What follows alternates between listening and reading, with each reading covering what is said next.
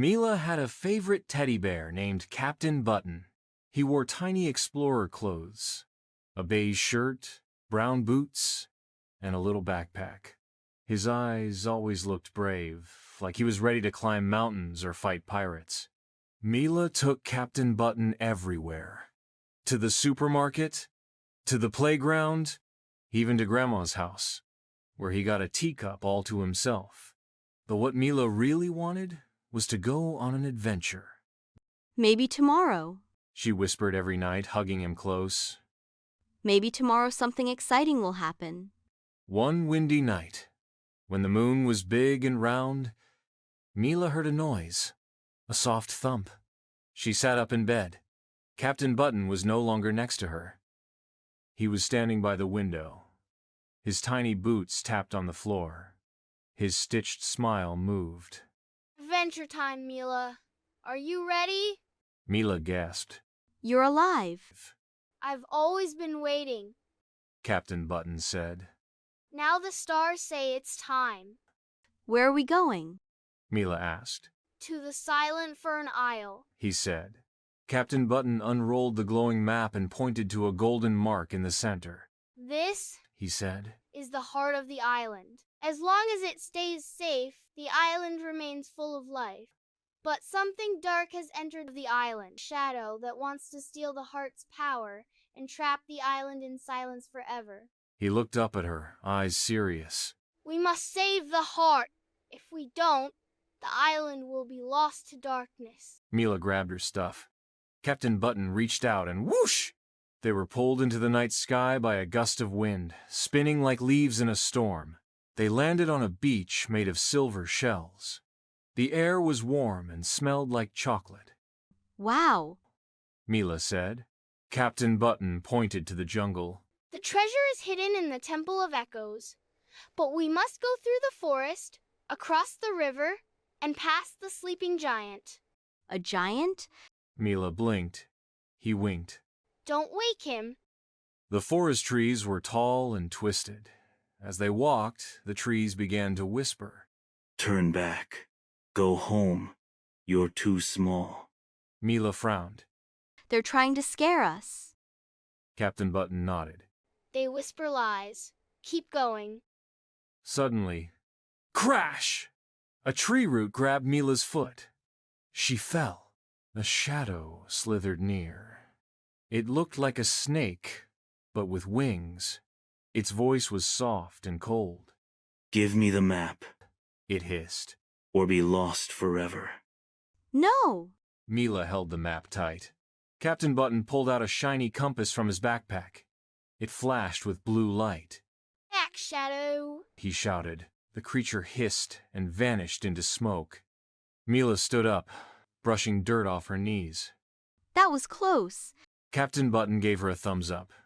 You're braver than most grown-ups. They reached a wide river. The water was so clear, it looked like glass. Mila looked down and saw her reflection. But then her reflection winked. That's not me. She whispered. Suddenly, a reflection of Captain Button climbed out of the water. I'm the real captain. It growled. No, you're not. Mila stepped in front of her bear. The real Captain Button pulled out a pebble from his backpack and threw it into the water. Splash! The fake reflections vanished. The river tries to confuse you. He said. It shows what's not real. Mila nodded. Let's keep moving. The ground shook.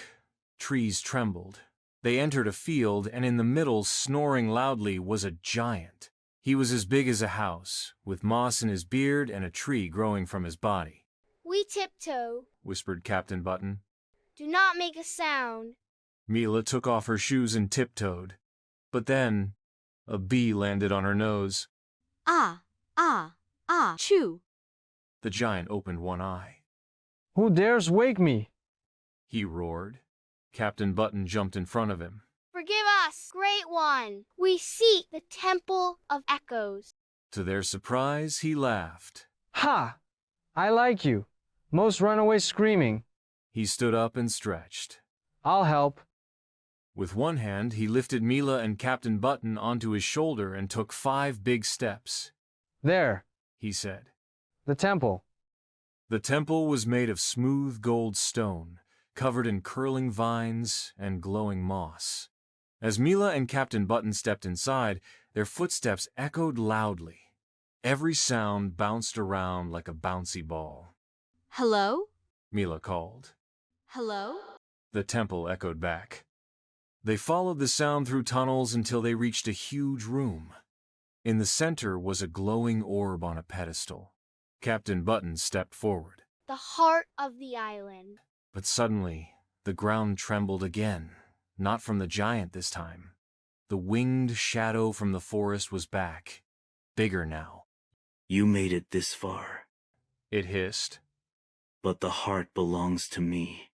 Captain Button pulled out his backpack, but it was empty. I've got nothing left. He shouted. Mila looked around. What could she do? She remembered something. Echoes. Shadow, I am here. The echo repeated. I am here. I am here. I am here.